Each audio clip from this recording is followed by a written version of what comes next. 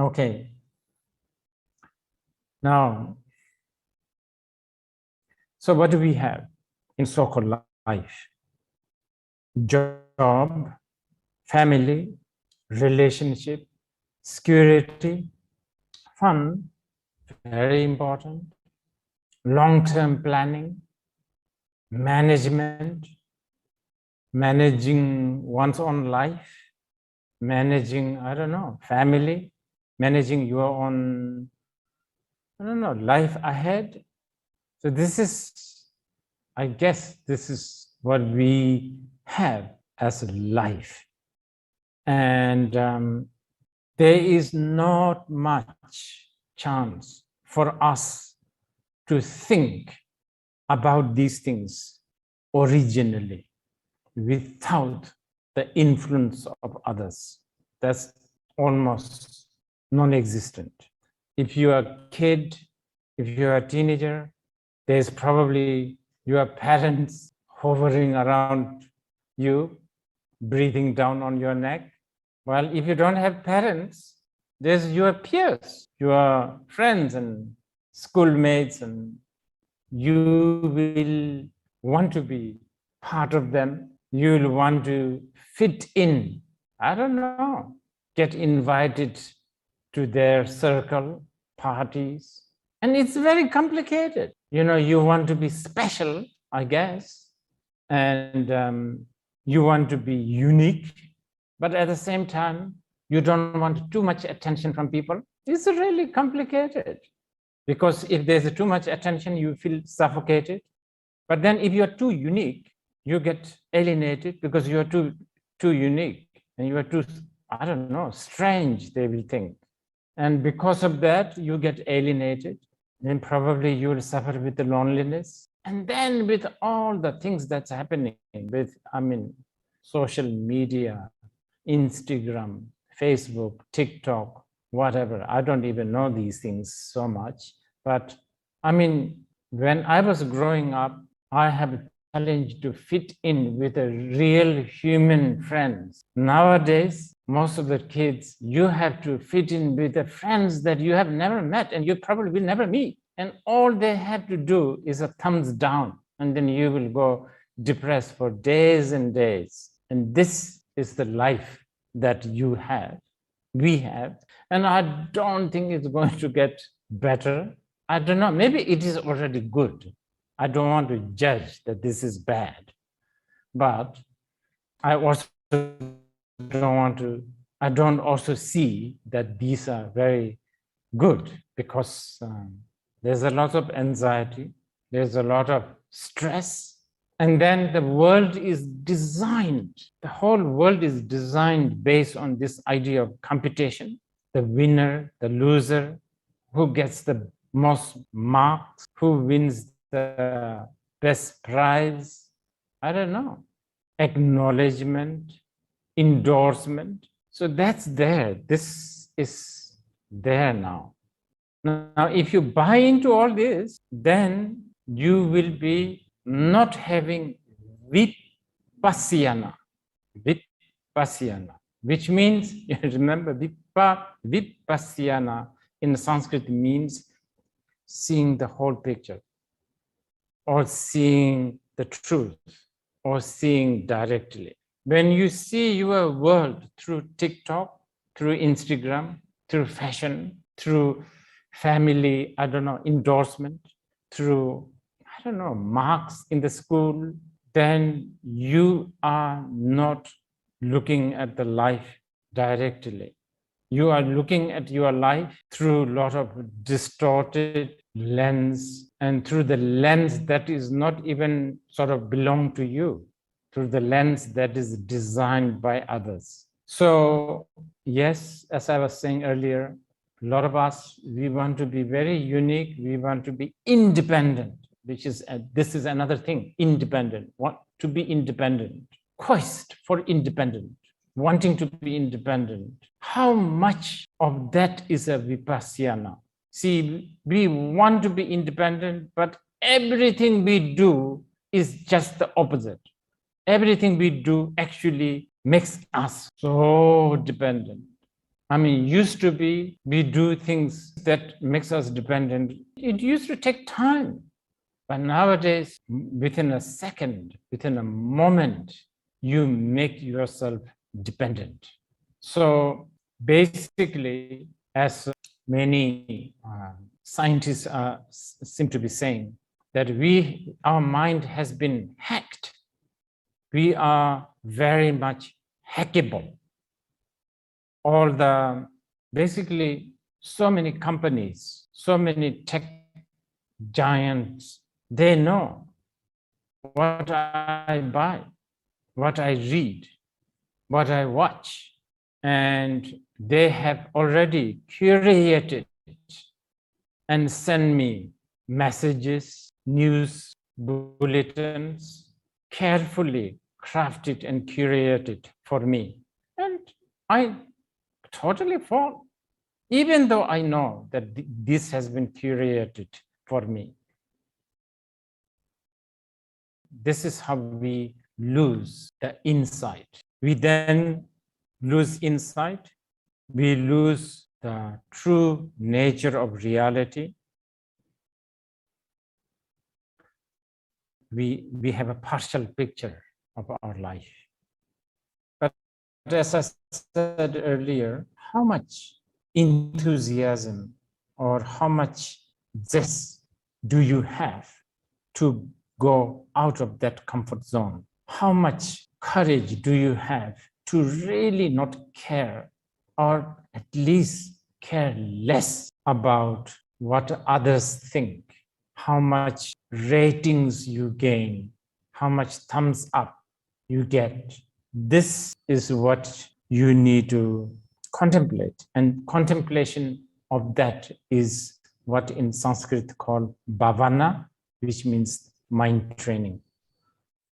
And this is very relevant, so relevant for those who wish to just have a life, those who parenting, those who are managing, those who are having a relationship, those who wish to communicate with others. In every aspect of our life, we need Vipassana. So in the classic Buddhist category of Vipassana, we talk about three characteristics, especially in the Theravada tradition: impermanence, unsatisfactoriness, and the selflessness or no self. So impermanence, again, this can be applied very much when you are going through your life as a teenager, as parents, as someone who has business to run, job to sort of look after, or family, looking at our life with a bigger picture of impermanence. Again, the word impermanence may sometimes indicate something negative or something unpleasant, but it doesn't have to be. For instance, like you could be going through hardest of the time in your life, but because, and when you have the hard time, when you are going through a rough time right now, because you don't have you have the habit of looking at the life partially, a small amount of rough time can discourage you, throw you off, make you lose your hope, make you lose your direction. And it doesn't have to be. If you can develop the Vipassana, in other words, if you can look at the life with a bird's eye view, how many times in our life unpleasant thing has happened, but we have always somehow managed to walk out of it. Things, how many times we have in our life, things have improved. How many times good news, good things has happened in our life. Of course, there's a tendency that we don't appreciate things, good things, and we tend to hang on or cling on to things that are unpleasant. But if you can look at our life with the bird's eye view of just the anicca, impermanence, really it can give you so much confidence on managing this life. Just seeing that truth, the truth of anicca, truth of impermanence, so much confidence and courage, so much, and also visionary, and also not giving up. But of course, as I keep on repeating, these things needs to be, you need to get accustomed. You need to be accustomed to this kind of thinking. And this is where the sadhana, a technique to get used to this truth, get used to this discipline. Keep this discipline during the bad times, good times, so that the technique become you and you become technique. So that when the calamities hit you, you apply this knowledge, this wisdom, this mindfulness, this picture, the full picture immediately. That bhavana, or the mind training, is necessary. And of course, now just to go back a little bit on the more sort of on the traditional approach, a sadhana such as sitting straight, watching the breath in and out, or sadhana or the practice technique of going to temples. And actually, if we go to temple, for instance, with a flower in the hand, incense, and with the motivation of wanting to see the truth, wanting to have the full picture of our life, wanting to not just stuck with a partial view of life. Visit to the temple can be considered as a practice of vipassana. In this case, the visit to a temple or a bodhi tree or a stupa is a sadhana. It has become a sadhana. Of course, in a traditional Buddhist societies, farmers go to temple, Buddha's temple, for the with other, like for the protection, for the rain, for good harvest, for good business, for longevity, for for protection from sickness and so on and so forth. But